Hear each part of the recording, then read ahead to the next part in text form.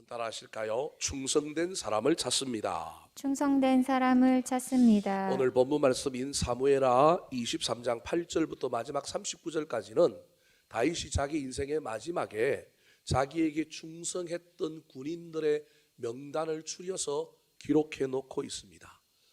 여기에 수많은 군인들이 있었지만 여기에 기록된 사람이 총 몇 명이냐 하면 37명이었습니다. 오늘 본문 말씀 제일 마지막인 39절 말씀에 그 숫자를 밝혀놓고 있습니다. 같이 한번 읽어볼까요? 시작. 햇사람 우리아라 이상 총수가 37명이었더라. 총 37명의 사람들을 기록하고 있는데 그 명단을 살펴보면 세 그룹으로 구성되어 있습니다.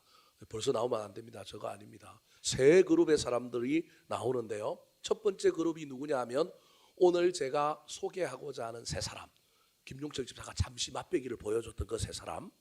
그리고 이 그룹은 뭐냐 하면 우리가 진짜 잘 알고 있는 사람, 즉 요압, 아비세, 버나야라고 하는 사람인데 사실은 성경에 보면 다윗의 측근 장수들 중에 가장 용맹하고 가장 탁월한 업적들을 세웠던 사람들이 있는데 이 사람들이 두 번째 그룹으로 나오고요.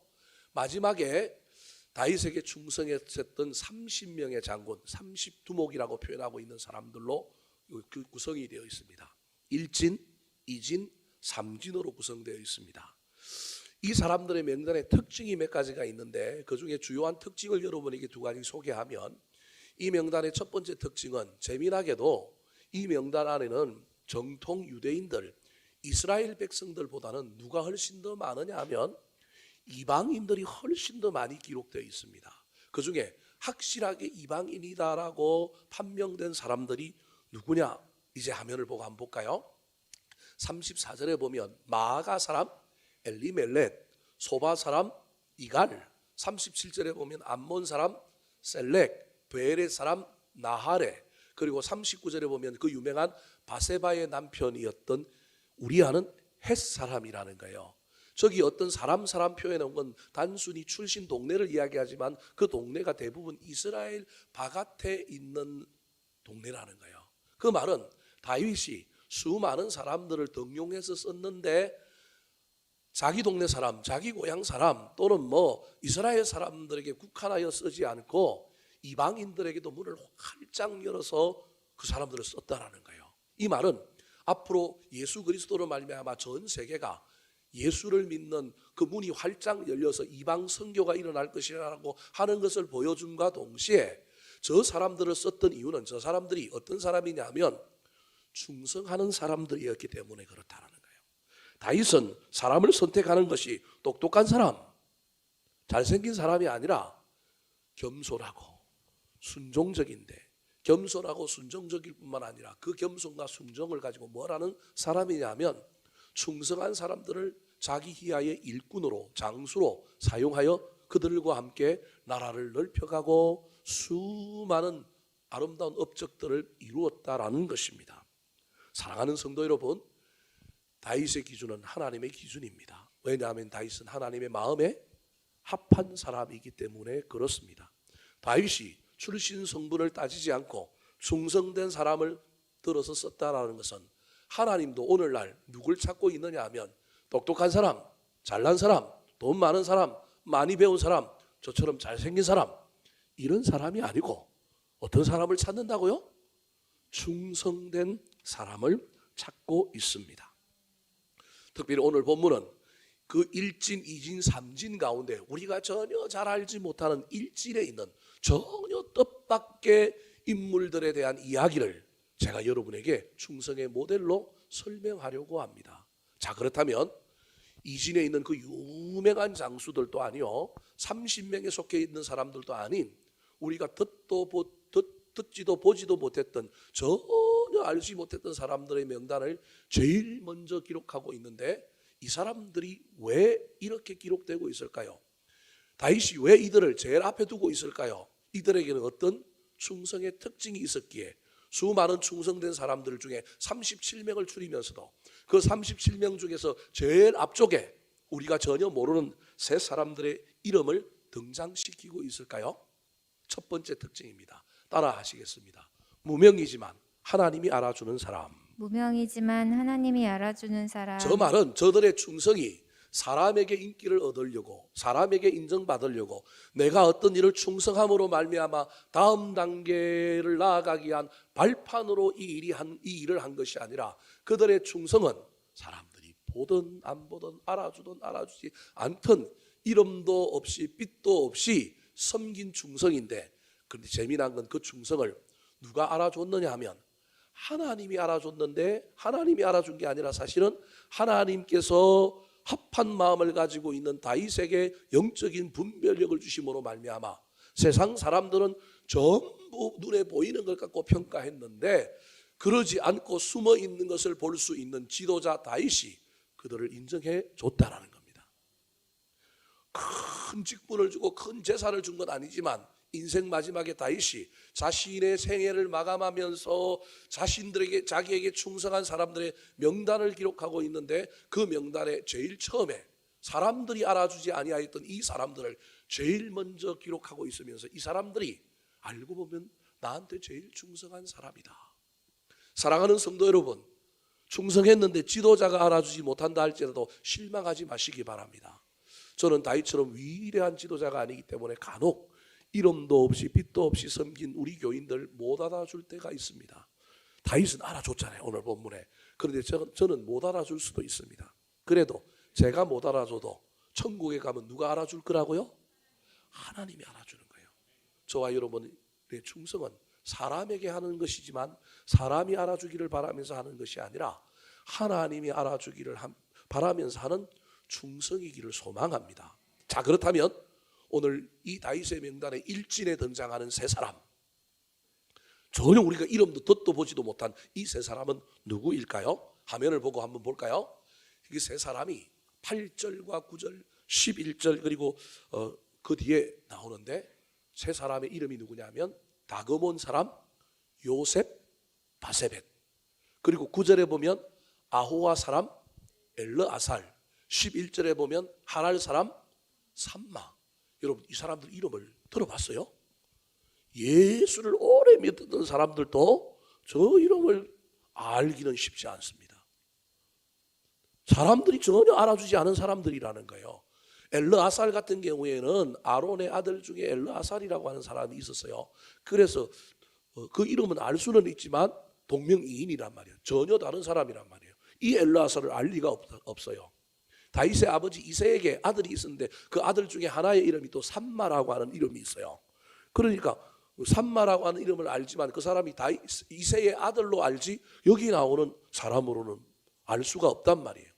전혀 우리가 잘 교회를 오래 다녀도 전혀 알지 못했던 이 사람들을 어찌하여 다윗은 알아보고 이들을 이렇게 인정하여 그 명단 제일 앞에 갖다 놓으면서 이 사람들을 됐다 칭찬할까요? 아니, 목사님 그냥 명단만 기록해놨지 됐다 칭찬한 것 같지는 않은데요? 아닙니다. 됐다 칭찬합니다. 다윗이 어떻게 칭찬하고 있을까요? 자, 18절과 19절을 한번 읽어볼까요? 18절과 19절부터는 이진에 해당되는 사람입니다. 실질적으로 사람들이 잘 아는 유명한 다윗의 장군들. 그래서 제가 아까 뭐라고 요압, 아비새, 브나야라고 말씀드렸습니다. 근데 요압은요 오늘 간접적으로만 등장하고 이름이 안 등장해요. 왜냐하면 나중에 다윗을 배신하거든요. 자기 마음대로 사람을 죽이고 정적을 죽이고 솔로몬이 왕이 될 때 솔로몬 편에 서지 않고 아도니아 편에 썼고, 그래서 요압을 기록을 안 하는 거예요. 단지 간접적으로만 기록해요. 그런데 그 요압과 함께 또 쌍벽을 이루는 또 다른 두 명의 장군들이 이진으로 나오는데, 첫 번째 이 요압의 아우였던 아비새라고 하는 사람을 이야기하면서 그를 됐다 칭찬하기는 하는데 궁극적인 칭찬의 목적이 아비새를 칭찬하려고 하는 게 아니라 누굴 칭찬하려고 저 사람들을 얘기하고 있느냐 하면 앞에 나왔던 우리가 이름도 알지 못했던 요셉 바세벳, 엘르아살, 삼마라고 하는 사람을 칭찬하기 위하여 이들을 등장시키고 있는 거예요. 자, 18절 19절을 읽어볼까요? 시작. 또 스루야의 아들 요압의 아우 아비새이니 그는 그 세람의 우두머리라. 그가 그의 창을 들어 300명을 죽이고 세 사람 중에 이름을 얻었으니 그는 세 사람 중에 가장 존귀한 자가 아니냐. 그가 그들의 우두머리가 되었으나 그러나 첫 세 사람에게는 미치지 못하였더라. 자, 제가 지금 여러분에게 소개하고 있는 다윗에게 가장 충성했던 세 사람들은 잘 모르는데 다윗이 마지막에 언급한 이 사람들은 누구의 부하냐 하면 아비새라고 하는 사람의 부하예요. 그러니까 아비새가 계급이 훨씬 더 높고 그 밑에 있는 세 사람이 이 아비새 희하에 있는 또 다른 장수인 거예요. 그런데 아비새가 상을 들어 300명을 죽이고 아비새가 혁혁한 공을 얻음으로 말미암아 유명해지고 다윗의 최측근 오른팔이 되었지만 사실은 알고 보면 그 세 사람 때문에 이런 획격한 공로가 인정되어서 위대한 장군이 되었다는 거예요. 이 아비새도 충분히 칭찬받을 만하지만 아비새의 모든 공의 대부분은 누구 때문에 이루어진 공이냐면 이름도 없이 빛도 없이 섬겼던 요셉 바세벳 그리고 엘르아살 삼마라고 하는 이 아비새의 부하 때문에 얻어졌다는 거예요. 그래서 19절에 그는 세 사람 중에 가장 존귀한 자가 아니냐, 계급적으로는 높은 존귀한 자라는 거예요. 그가 그들의 뭐가 되었다고요? 우두머리가 되었으나 그 다음 말이 중요한 거예요. 그러나 첫 세 사람에게는 뭐하지 못하였더라? 미치지 못하였더라. 그럼 누굴 칭찬하고 있는 거예요? 아비새보다는 누구를 더 지금 다윗이 칭찬하고 있느냐 하면 아비새에게 부하로 있었던 요셉 바세벳, 엘르아살, 삼마. 제가 왜 이 사람들을 계속 이야기하는지 여러분 모르기 때문에 반복적으로 이야기해서 여러분이 나중에 이런 사람 이름이라도 좀 알고 천국 가라고 제가 여러분에게 이야기하는 거예요. 이 세 사람들이 비록 부하였지만 충성이라고 하는 관점에 보면 그들의 장군이었던 아비새는 이들에게 미치지 못하고 이들의 충성이 최고다라고 지금 누가 이야기하고 있느냐 하면 다윗이 이야기하는 거예요. 여러분, 사람이 알아주지 않아도 좋습니다. 지도자가 알아주면 충성은 그걸로 만족할 수 있습니다. 더 나아가 누가 알아줄 수 있다고요? 하나님이 알아준다니까요. 또 한번 볼까요? 저 아비새 말고도 또 유명한 다윗의 진짜 유명한 장군의 하나가 있는데 그 사람이 누구냐? 브나야라고 하는 사람이에요. 20절 같이 한번 읽어볼까요? 시작. 또 갑셀 용사의 손자 여호야다의 아들 브냐야이니 그는 용맹스러운 일을 행한 자라. 일찍이 모압 아리엘의 아들 둘을 죽였고 또 눈이 올 때에 구덩이에 내려가서 사자 한 마리를 쳐 죽였으며 요압이 폭주하고 요압이 최고의 장군이었는데 다윗을 멀리하고 지 마음대로 하니까 통제력을 벗어나니까 그의 그의 아우 아비새를 중용해서 썼는데 아비새도 그래도 요압의 입김 속에 있을 가능성이 있으니까 새로운 장군을 등용하여 다윗이 썼는데 그가 누구냐면 브나야예요. 그러니까 요압, 아비새, 브나야가 실질적으로는 사람 눈에 가장 다윗에게 충성하고 큰 일을 행한 장수들인 거예요. 저 브나야가 어떤 일을 했느냐 하면 그가 얼마나 용맹한지 일찍이 모압 아리엘의 아들 둘을 죽였다라는 거예요. 모압의 아리엘은 누구냐 하면 블레셋의 골리앗에 해당되는 큰 거인 장수입니다. 블레셋에만 큰 거인 장수가 있었던 것이 아니라 모압에도 아리엘이라고 하는 거인 장수가 있었는데 그의 아들들도 그의 아버지 못지않은 거인과 용맹한 장수였는데 이 브나야가 젊었을 때 이 둘을 죽여버린 거예요. 그러니까 얼마나 용맹한지를 이야기하고 있는 거예요. 더 나아가서 눈이 올 때 구덩이에 내려가서 사자 한 마리를 뭐 했다고요? 쳐 죽였다라는 거예요. 이스라엘 성지순례를 가보면 알지만 이스라엘은 눈이 잘 오지 않는 동네입니다. 눈이 오는 동네로 가려면 저 북쪽으로 가요. 레바논 쪽으로. 저 가이사라 빌립보 헬몬산 저 위쪽으로 가야 되는데 그쪽에 가면 눈이 좀 옵니다. 그러니까 가장 북쪽 지역에서 가장 위험한 곳에서 전쟁하다가 누굴 만났냐면 사자를 만났는데 살림이 우거졌다고 하는 걸 의미를 하는 거예요. 레바논에 백향목이 있는 이런 산림지대에서 사자를 만났는데 그 구덩이에 내려가서 사자를 만난 거예요. 이게 무슨 말이냐면 사자도 구덩이에 빠지고 누구도 구덩이에 빠진 거예요. 브나야도 구덩이에 빠진 거예요. 물을 얻기 위하여 구덩이를 파놨는데 이걸 잘 흙으로 메워야 되는데 안 메우고 그냥 위에만 대충 덮어놨는데 사자하고 누가 거기에 빠져버렸냐면 브나야가 빠졌는데 1대1로 브나야가 사자하고 붙었는데 누가 이겼다고요? 여러분 사자하고 한번 붙어볼래요? 얼마 전에 텔레비 보니까 중국인가 어딘가 입장료 안 내고 동물원에 들어갔는데 문을 그걸 넘어서 들어갔는데 알고 보니까 그 넘어 들어간 데가 어디였다고요? 호랑이 우리였대요. 입장료 안 내려고. 그래가지고 호랑이가 그 사람을 물어서 죽였대요. 그래서 사람 물어 죽이니까 또 동물원에서는 또 총기든 그런 엽사들을 동원해가지고 그 호랑이를 어떻게 한 거예요? 죽인 거예요. 사람 하나 죽고 호랑이도 죽고 그래서 동물원이 난리 났다라는 거예요. 1대1로 싸우면 안 됩니다. 얼마 전에는 또 저기 어디에 멧돼지가 갑자기 출몰해갖고 지나가는 행인 둘을 부부가 운동하는데 어떻게 했대요? 받아버렸대잖아요. 절대 동물하고는 맞짱 떨려고 하지 마시기 바랍니다. 그런데 버나야가 얼마나 대단한지 사자와 싸워 이겼다라는 거예요. 이 버나야 이야기를 칭찬하는데 왜 칭찬하는지 또 한번 읽어볼까요? 22절, 23절 말씀 시작. 여호야다의 아들 분이야가 이런 일을 행하였으므로 세 용사 중에 이름을 얻고 30명보다 존귀하나 그러나 세 사람에게는 미치지 못하였더라. 다윗이 그를 세워 시위대 대장을 삼았더라. 22절에 세 용사 중에 이름을 얻고라고 하는 말은 아까 이야기했던 그 무명의 세 용사가 버나야를 됐다 칭찬하고 멋집니다. 정말 당신은 위대한 장군입니다. 이런 칭찬을 얻었다라는 거예요. 그리고 이 버나야가 30명보다 뒤에 나오는 30명의 장군들보다 훨씬 더 존귀한데 그러나 이런 버나야도 누구에게 미치지 못한다고요? 이 세 사람에게 미치지 못하더라. 그러면서도 다윗은 이 버나야를 시대장으로 삼았다라는 거예요. 오늘날 치면 뭘로 삼았느냐면 경호대장으로 삼은 거예요.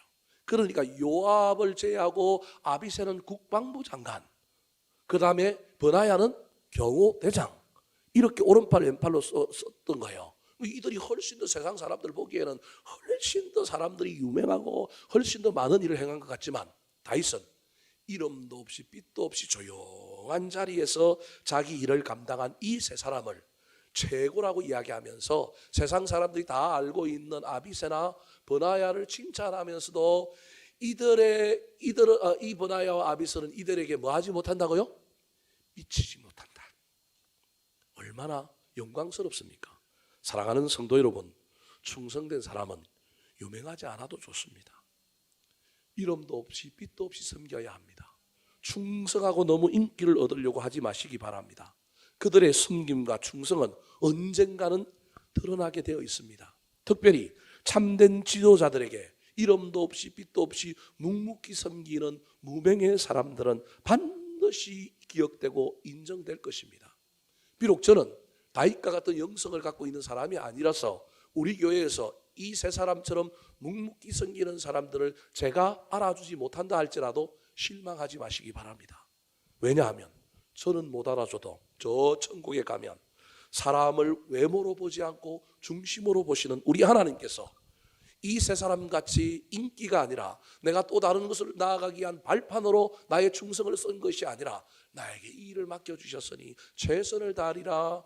난 드러나지 않아도 좋다. 난 인정받지 않아도 좋다. 난 칭찬받지 않아도 좋다. 그 마음 가지고 충성한 사람들 하나님께서 착하고 충성된 자가 적은 일에 충성하였으니 네가 참 잘하였도다 칭찬할 뿐만 아니라 상으로 갚아주는 놀라운 일들이 일어나게 되기를 우리 구주 예수 그리스도의 이름으로 축원합니다. 두 번째, 이 세 사람들의 충성의 또 다른 특징은 어떤 특징일까요? 이들은 이름도 없이 빛도 없이 인기가 아니라 그냥 묵묵히 섬겼는데 지도자가 알아주고 하나님이 알아줬다라는 거예요. 두 번째 특징입니다. 따라하시겠습니다. 위기의 때에 용기를 주고 막아서는 사람. 위기의 때에 용기를 주고 막아서는 사람. 자, 전통적으로 이스라엘의 가장 큰 적은 초창기에는 블레셋이었습니다. 근데 블레셋은 그 당시 다윗 왕, 사울 왕, 다윗 왕을 지나는 초창기에 이 블레셋은 아주 강한 나라였습니다. 왜냐하면 지중해에서 시작된 철기 문명이 제일 먼저 육지 땅에 상륙했는데 그게 어디에 상륙했느냐 하면 바로 해안지대에 있는 블레셋이라고 하는 지역의 철기 문명이 제일 먼저 수입이 된 거예요. 히타이트라고 하는 사람들이 헷 족속이라고는 성경에 기록된 이 사람들이 철기 문명을 받아들였는데 그걸 해양 섬에서 잘 발전시킨 이 철기 문명을 대륙으로 전했는데 그 대륙에서 최초로 받아들인 나라가 무슨 나라냐면 블레셋이라는 나라예요.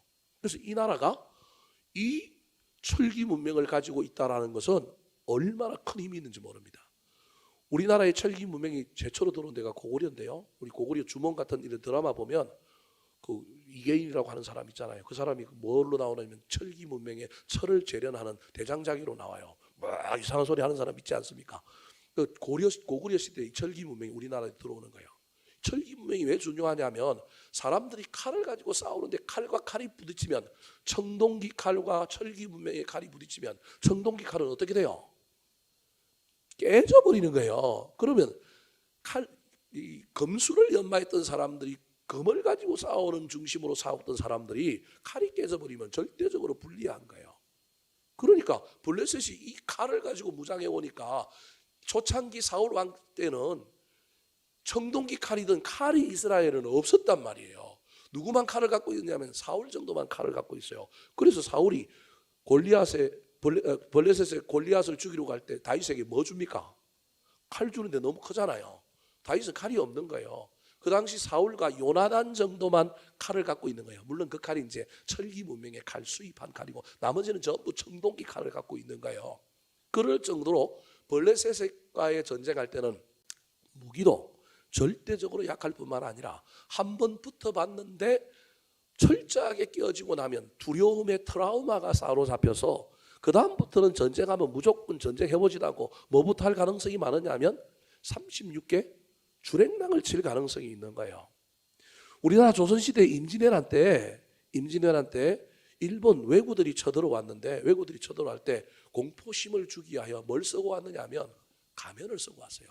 막 이상한 그림을 그림 가면을 쓰고 오고 머리 투구를 썼는데 우리나라 투구와 달리 뭐 뿔이 있고 막 그런 거예요. 그런데다가 신무기를 가지고 왔는데 뭘 가지고 왔냐? 조총을 갖고 온 거예요. 그래서 탕 쏘버리면 죽는 거예요. 그러니까 총소리만 들어도 겁나고 그 사람들 얼굴을 보니까 이게 막 귀신 같고 뭐가 막 이상해 보이니까 우리나라 군대가 일본군하고 한번 붙어봤는데 안 되니까 전부 군인들이 도망을 가버리는 거예요. 신립이라고 하는 장군이 모든 군인을 다 모아갖고 저 충주 당검대에서 일본 사람들하고 싸우려고 했다가 그때 완전히 다 나자빠진 거예요. 그런데 마음에 두려움이 없는 의병들, 어려움의 기계가 넘치는 사람들은 일본 사람들을 안 두려워하는 거예요. 그래서 정규군끼리 어떤 거리를 두고 전쟁을 하니까 조총 때문에 못 이기는데 이 어병들은 일어나서 무슨 전쟁을 하느냐 하면 게릴라전을 하는 거예요. 게릴라전을 한다는 건 매복해 있다가 전쟁을 하는데 특별히 매복해 있다가 칼을 쏘는 일본군이 아니라 조총 부대와 한번 붙어본 거예요. 조총 부대와 붙어봤는데 조총 부대는 총을 믿고 뭘 연마를 안 했느냐 하면 검술이나 소위 우리는 총검술을 연마를 했는데 연마를 안 하고 자기들 무기에 그냥 자신만만해갖고 총으로 다 이긴다고 생각하고 온 거예요. 그래서 역사 자료에 임진왜란 역사 자료에 보면 일본군이 한탄하는 것 중에 하나가 우리가 조총 부대에게 총검 소위 말하는 검술을 익혔어야 되는데 이걸 하지 않은 것이 우리가 잘못이다. 뭐 이런 이야기가 역사 자료에 나와요. 어병들이 숨어 있다가 조총 부대가 지나갈 때 도로 탁 가서 그 부대를 급습하는데 초창기에는 한 방을 맞죠. 근데 이 조총을 또 장전을 해야 되잖아요. 장전하는 사이에 뭐 낫 들고 꽃갱이 들고 삽 들고 갔던 이들이 붙어보니까 가면을 쓰고 있는데 나중에 보니까 그들도 뭐예요? 귀신이 아니고 이상한 존재가 아니고 인간이라고 하는 걸 깨달은 거예요. 그리고 이 어병 부대들이 이게 기계가 가득 올라와 있으니까 한번 붙어보니까 이기는 거예요. 그때부터 곳곳에서 임진왜란의 어병이 일어나는 거예요. 그래서 우리 행주산성에서도 여자들까지 전쟁에 나와서 앞치마에 뭐 갖고 날라요? 돌 날라갖고 이기잖아요. 이게 정규군에서는 못한 경험이고 비정규군인 어병들이 백병전을 해보니까 그 뭐 아무것도 아니라는 걸 깨달은 거예요. 똑같은 인간이라는 걸 깨달은 거예요. 그런데 이 백병전을 하는 사람들은 막 죽기 살기로 하는데 이들은 그냥 뭐만 믿고 있냐면 총만 믿고 있는 거예요. 그러면 총을 버리고 빨리 자기들도 백병전을 해야 되는데 백병전 안 하고 총을 장전하느라고 시간을 보내다가 칼 맞아 죽고 낮에 맞아 일본 군인들이 나자빠진 거예요. 그때부터 우리나라 임진왜란 때 우리나라 군인들이 싸워볼 만하다 뭐 이런 생각을 가진 거예요. 제가 무슨 얘기를 하려고 하느냐 하면 초창기 이스라엘 백성과 적 블레셋의 전쟁은 전쟁하는 순간 모였다 하면 이스라엘 백성들은 블레셋 사람들 보는 순간 뭐부터 했다고요? 주랭랑을 치는 거예요. 이게 군중 심리가 있어서 한 사람이 도망가면 다 어떻게 할까요? 우르르 도망가는 거예요. 그런데 이런 군중 심리를 역으로 바꾸는 사람들이 있는데 그 역으로 바꾸는 사람들이 이 세 사람이라는 거예요. 자, 9절 말씀 같이 한번 읽어볼까요? 9절 시작. 그 다음은 아와 사람 도대의 아들 엘르아살이니 다윗과 함께한 세 용사 중에 한 사람이라. 블레셋 사람들이 싸우려고 거기에 모임에 이스라엘 사람들이 물러간지라. 세 용사가 싸움을 도두고 딱 좋아하여 전쟁하려고 했는데 이스라엘 사람들은 다 물러간 게 아니고 사실은 뭐 한 거예요? 도망을 가버리는 거예요. 근데 물러가지 않는 사람이 누구예요? 세 용사. 이 세 사람은 물러가지 않을 뿐만 아니라 도망가는 사람들을 적결 심판하여 총으로 쏴버리는 이런 게 아니고 도망가는 사람들을 붙들고 할 수 있다. 해보자. 길고 짧은 건 대봐야지. 그러면서 도망가는 사람들을 다 격려하는 거야. 여러분, 공동체는 이런 사람들이 필요한 거예요. 위기의 때에, 평온할 때에도 맡은 일을 감당함으로 충성하는 것도 중요하지만 진짜 충성은 언제 빛을 발하느냐 하면 위기의 때에 발하는 거예요. 위기의 때에 나 혼자 내가 맡은 일 잘하는 것도 중요하지만 절망한 사람들, 낙심한 사람들, 그 사람들에게 용기를 주는 사람, 싸움을 북돋우는 사람이 충성하는 사람인 거예요. 이들은 자기들만의 충성만 발휘한 것이 아니라 다른 사람들도 이 충성의 대열에 동참하도록 사람들에게 용기를 주고 건면하고 북돋우고 이런 일을 한 거예요. 10절도 읽어볼까요? 10절 시작. 그가 나가서 손이 피곤하여 그의 손이 칼에 붓기까지 블레셋 사람을 치니라. 그날에 여호와께서 크게 이기게 하셨으므로 백성들은 돌아와 그의 뒤를 따라가며 노력할 뿐이었더라. 서로 조우하고 있다가 이쪽이 이스라엘 백성들 다 도망가는데 이 사람들은 있다가 격려하고 독려하고 싸워보자 그러다가 그 다음에 이들은 한 발 더 나가서 그들이 뭐 한 거예요? 나갔어. 여러분, 이게 충성이에요. 그 자리를 지키는 것도 충성이지만 거기서 뭐 한 거예요? 나갔어. 손이 피곤하여 그의 손이 어디에 붓기까지? 칼에 붓기까지. 얼마나 열심히 휘둘렀으면 일당백으로 다른 사람 다 도망가는데 이 사람들은 나가서 그냥 하는 거예요. 그랬더니 군중 심리에 우르르 도망갔던 사람들이 나중에 어떻게 해요? 돌아와. 떠났던 사람들을, 낙심했던 사람들을 용기를 북돋을 뿐만 아니라 돌아오게 하는 사람, 이런 사람이 충성하는 사람이라는 거예요. 내가 맡은 일 열심히 하는 것도 충성이지만 떠났던 사람, 돌아갔던 사람을 돌아오게 하고. 그랬더니 여러분, 제주는 누가 넘어요? 곰이 넘어요. 돈은 누가 가져가요? 왕서방이 가져간대요. 전쟁은 누가 했느냐 하면 이 세 사람, 대표적으로 아까 그 엘르아살이라고 하는 사람이 열심히 전쟁했는데요. 전쟁이 끝났는데 그 뒤를 따라가며 노력하는 사람들은 누구예요? 도망갔다가 돌아온 사람들. 이 사람들은 칼 한번 휘둘렀을까요? 안 휘둘렀을까요? 뭐 휘둘렀을 가능성도 있지만 대체로 전쟁에 크게 공헌한 바가 없는 거예요. 진짜 제주는 누가 부렸느냐면 엘르아살과 이 세 용사들이 부렸는데 이익은 누가 누려요? 전혀 전쟁에 뭐 보탬이 없었던 사람들이 숟가락 하나 탁 얹어갖고 얻는 거예요. 6.25 전쟁 때 죽은 전사자들을 발굴을 해보면 DNA 검사를 해보면 누구 다 나온다라는 거예요. 그래서 아들이 아버지 전사자 유고를 발견해서 엄마한테 물어보니까 너네 아버지 옛날에 이빨 해넣었기 때문에 분명히 그 시체 있는 곳에 뭐도 나올 거다? 이빨도 나올 거다. 그런데 DNA 검사하니까 맞는데 가보니까 뭐가 없어요? 이빨이 없는 거예요. 그 처음에는 발굴하는 놈들이 가져갔나 금이빨. 그랬는데 알고 보니까 중공군들이 6.25 전쟁 때 여러분 사람 죽이고 난 다음에 다 어떻게 한 거예요? 금이빨 뽑아가고 손에 시계 있으면 빼앗아가고 주머니 뒤에서 뭐 있으면 다 가져간 거예요. 고대 전쟁도 마찬가지입니다. 전쟁은 뭐 하려고 하는 거냐면 이기려고 하는 것이지만 이김의 가장 목적은 뭐냐면 노략물인 거예요. 노획하는 게 모든 전쟁인 거예요. 그래서 여러분, 전쟁은 일어나면 안 돼요. 전쟁이 일어나면 여자들과 아이들이 최고의 피해를 당하고요. 모든 거 다 깨어질 뿐만 아니라 전부 막 가져가고 훔쳐가고 그러잖아요. 오늘 본문에서 이 엘르아살이 손과 칼이 붙을 정도로 열심히 전쟁했는데 실컷 수고하고 애쓴 건 엘르아살인데 이익을 누리고 유익을 누린 건 누구예요? 도망갔다가 돌아온 사람. 그러나 엘르아살은 그 사람들 향하여 야 니들이 뭔데 그거 가져가냐 이런 말을 안 하는 거예요. 그 사람의 목적은 충성이니까. 충성의 결과 공동체에 다른 사람에게 유익을 주는 사람이 진짜 충성하는 사람입니다. 제가 이들의 충성의 특징을 지금 여러분에게 소개하고 있는 거예요. 용기를 북돋우는 사람이 충성하는 사람이고요. 자기의 이익이 아니라 공동체의 이익이 돌아오게 하는 사람이 충성하는 사람인 거예요. 또 다른 특징을 한번 볼까요?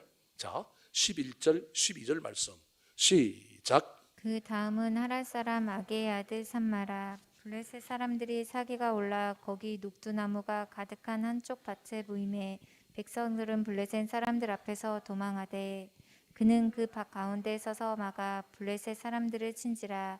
여호와께서 큰 구원을 이루시니라. 자, 블레셋 사람들이 녹두밭으로 전진해 오는 거예요. 그걸 보는 순간 그 옆 맞은편에 있던 이스라엘 백성들은 다 도망가 버려요. 그런데 그 밭으로 뛰어 들어간 사람이 누구라고요? 삼마, 세 용사 중에 한 명 삼마. 여러분, 그래서 믿음은요, 충성은요, 나아가는 거예요. 아까도 나갔잖아요. 용기를 북돋우고 내 헌신으로 말미암아 다른 사람이 유익을 얻게 하는 게 충성일 뿐만 아니라 여러분 나가는 거예요. 뒤로 도망가는 게 아니라 앞으로 뭐 하는 거예요? 나아가는 거예요. 나가서 서서 뭐 하는 거라고요? 막는 거예요. 충성은 서서 막는 거예요. 빈틈을 막는 거라니까요. 그랬더니 하나님께서 이 녹두밭에서 혼자 밭 가운데 서서 막고 있는 이 산마 때문에 큰 구원을 주신 거예요. 수가 많으냐, 전력이 무기가 뛰어나냐가 중요한 게 아니라 한 사람이 어떤 기계를 가지고 어떤 내공을 가지고 그 자리에 서 있느냐, 특별히 뒤로 가느냐가 아니라 앞으로 나아가느냐. 그래서 믿음은 앞으로 나아가는 겁니다. 믿음은 뒤로 도망가지 않고 물러서지 않고 막아서는 것입니다. 히브리서 10장 38절 39절 말씀 시작. 나의 의인은 믿음으로 말미암아 살리라. 또한 뒤로 물러가면 내 마음이 그를 기뻐하지 아니하리라 하셨느니라. 우리는 뒤로 물러가 멸망할 자가 아니요 오직 영혼을 구원함에 이르는 믿음을 가진 자니라. 의인은 믿음으로 사는데 믿음의 구체적인 내용이 뭐냐 하면요, 히브리서에서는 뒤로 도망가는 게 아니고 앞으로 나아가는 게 믿음이라는 거예요. 우리는 믿음을 추상적으로 자꾸 생각하는데 구체적인 믿음은 뒤로 도망가는 게 아니라 뒤로 물러가는 게 아니라 그러면 멸망한다는 거예요. 믿음은 나를 앞으로 뭐하게 한다고요? 나아가게 하는 거예요. 그래서 믿음이라고 하는 단어와 충성이라고 하는 단어는 똑같은 어원에서 나옵니다. 믿음이 있는 사람은 충성하고요. 충성하는 사람은 뭐가 있는 사람이라고요? 믿음 있는 사람입니다. 충성을 가지고 용기를 주는 사람, 북돋우는 사람이 되시기 바랍니다. 충성을 가지고 저와 여러분이 공동체에 나의 이익이 아니라 유익을 주는 사람이 되시기 바랍니다. 충성을 가지고 도망가는 사람이 아니라 앞으로 나아가서 막아섬으로 말미암아 큰 구원을 경험하는 저와 여러분이 되기를 예수님의 이름으로 축원합니다. 마지막으로 우리가 전혀 알지 못했던 다윗에게 가장 충성된다고 다윗이 고백하고 있는 이 세 사람의 믿음의 충성의 특징은 무엇일까요? 따라하시겠습니다. 주인의 마음을 시원케 하는 사람. 주인의 마음을 시원케 하는 사람.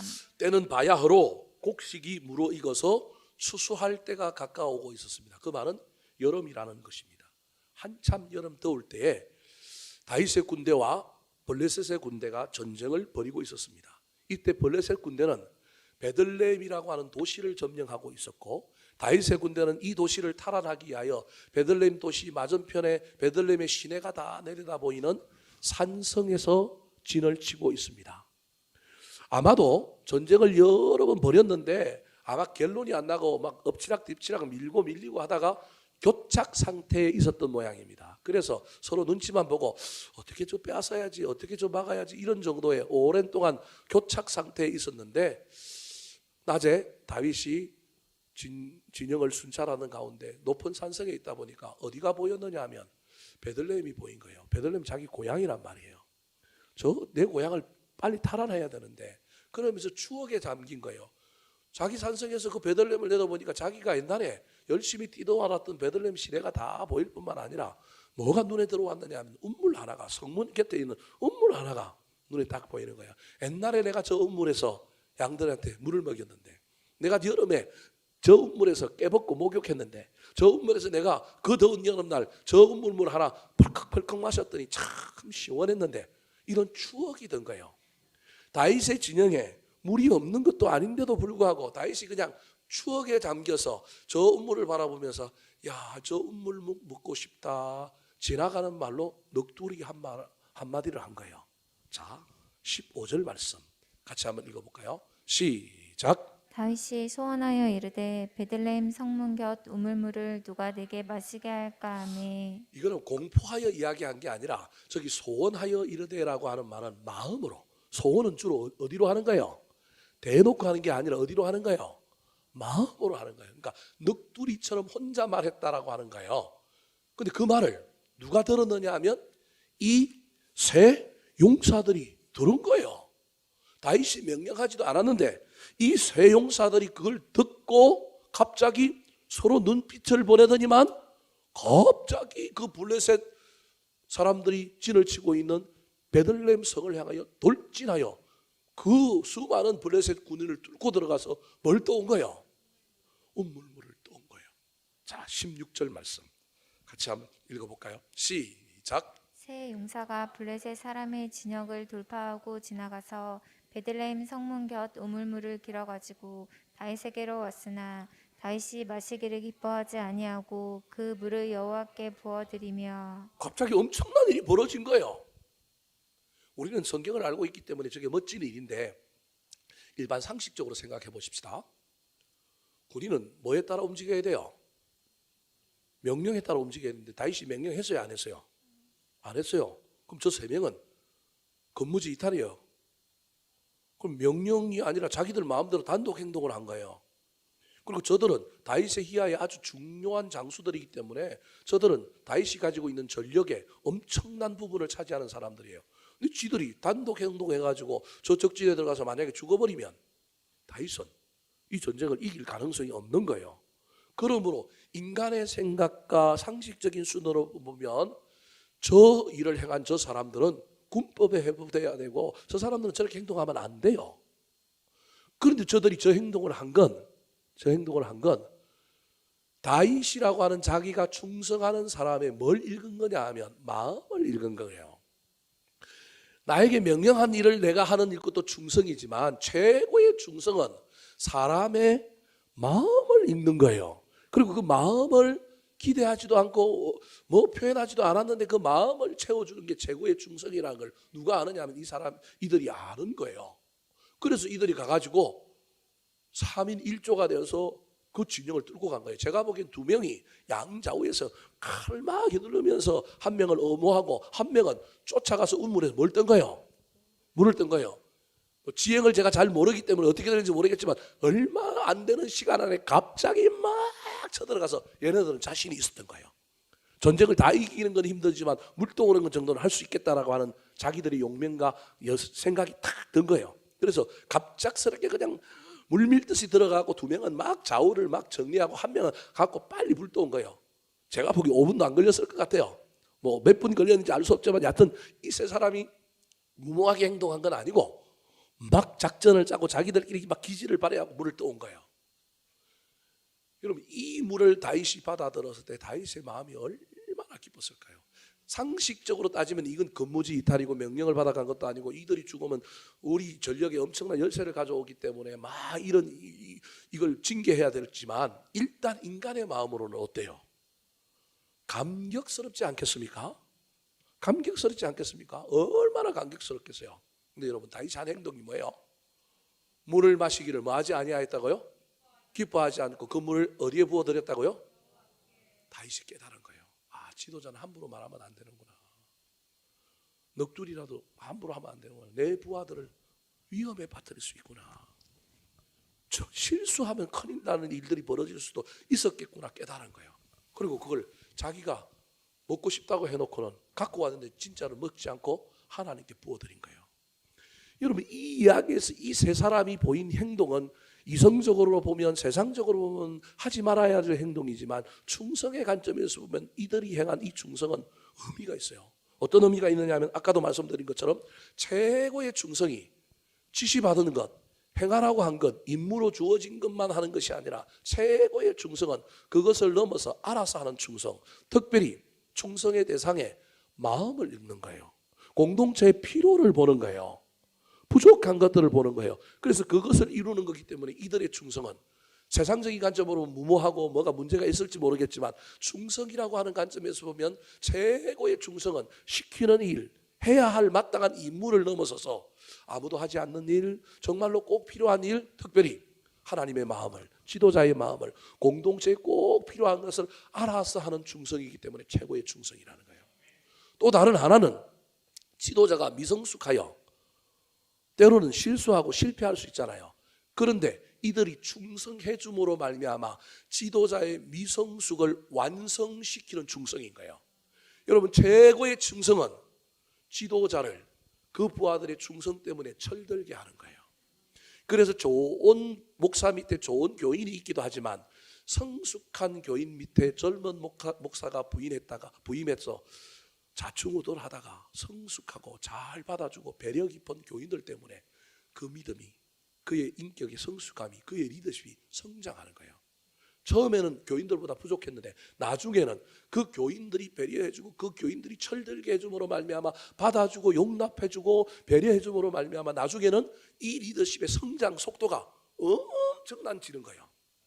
여러분, 그래서 젊은 누군가가 왔다고 너무 무시하지 마시고요. 최고의 충성은 마음을 알아주는 것 뿐만 아니라 최고의 충성은 부족한 자를 철들게 하는 거예요. 다음에 후임 목사 오면 잘해주시기 바랍니다. 좀 철이 없고 다음에 좀 이상해도 제 은퇴 이후에 얘기하는 거예요. 지금 제가 그만둔다는 얘기가 아니고 오해하지 마시고, 제가 은퇴하오니 혹시 젊은 목사가 오는데 나는 나이가 들었는데 에이 저게 뭐 안다고 이러지 마시고, 좀 철이 없고 좀 부족해도 여러분 철들도록 배려해 주시기 바랍니다.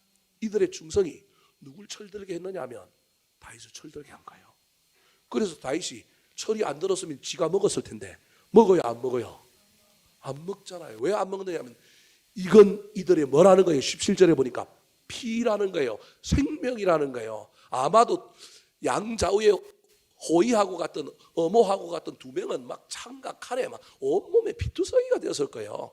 물을 떠왔지만 사실은 물을 떠온 게 아니라 뭘 떠오냐면 생명을 떠온 거고 피인 거예요.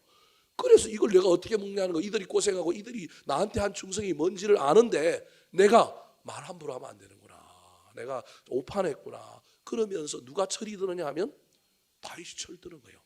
그래서 진짜 충성은요 리더십을 철들게 합니다. 더 나아가서 여러분, 세 번째로 이들의 충성이 왜 귀하냐면, 여러분 이들이 다윗의 마음을 읽어서 다윗에게 충성했는데 그들이 떠온 물은 다윗이 안 먹고 누구에게 바쳐졌어요? 하나님께 바쳐졌잖아요. 물을 부어드렸다라고 하는 이스라엘 제사의 전제라는 거예요. 부어드린 제사, 전제로 이 물이 다윗에게 바쳐진 충성이었지만 궁극적으로 사람에게 한 충성이 누구에게 한 충성이 되었다고요? 하나님께 한 충성입니다. 여러분 잘 기억하시기 바랍니다. 사람에게 충성하는 것 같지만 그게 나중에 결과론적으로는 누구에게 충성하는 거냐면 하나님께 충성하는 거라니까요. 네 번째, 여러분 이 충성은 공동체를 유익하게 했을 겁니다. 서로 진치고 몇 탑을 벌렸는데 전쟁의 결론이 나지 않고 그냥 교착 상태에 있는데, 오늘 본문 이후에 이 전쟁의 결과가 어떻게 되는지 말하고 있지 않습니다. 그런데 저는 예견할 수 있습니다. 여러분 이걸 봤던 군사들이, 옆에서 보고 있던 군사들의 마음이 어땠을까요?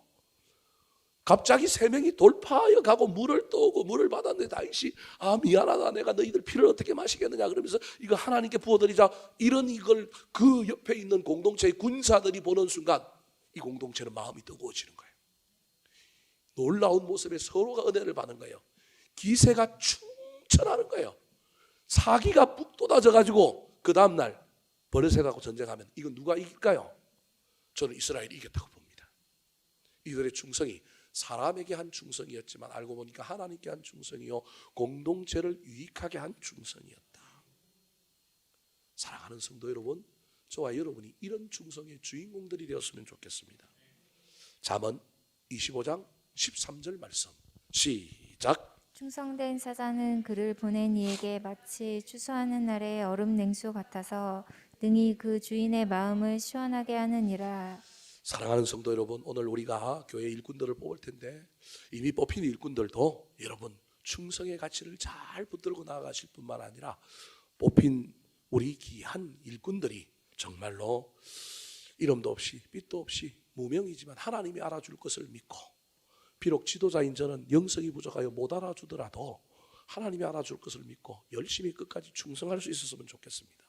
잘 격려하고 돌아오게 만들고 뿐만 아니라 공동체에 이익을 끼치고 나아가서 막아서 주는 사람일 뿐만 아니라 하나님의 마음을 시원케 하고 여러분 공동체에 유익을 끼치고 지도자를 철들게 만들고 공동체가 승리하게 만드는 충성의 주인공들이 많이 세워지고 우리 교회 안에 그런 일꾼들이 더 많아지게 되기를 우리 구주 예수 그리스도의 이름으로 축원합니다. 한번 따라 하실까요? 충성된 사람을 찾습니다. 충성된 사람을 찾습니다. 무명이지만 하나님이 알아주는 사람. 무명이지만 하나님이 알아주는 사람. 위기 때 용기를 주고 막아서는 사람. 위기 때 용기를 주고 막아서는 사람. 주인의 마음을 시원케 하는 사람. 주인의 마음을 시원케 하는 사람.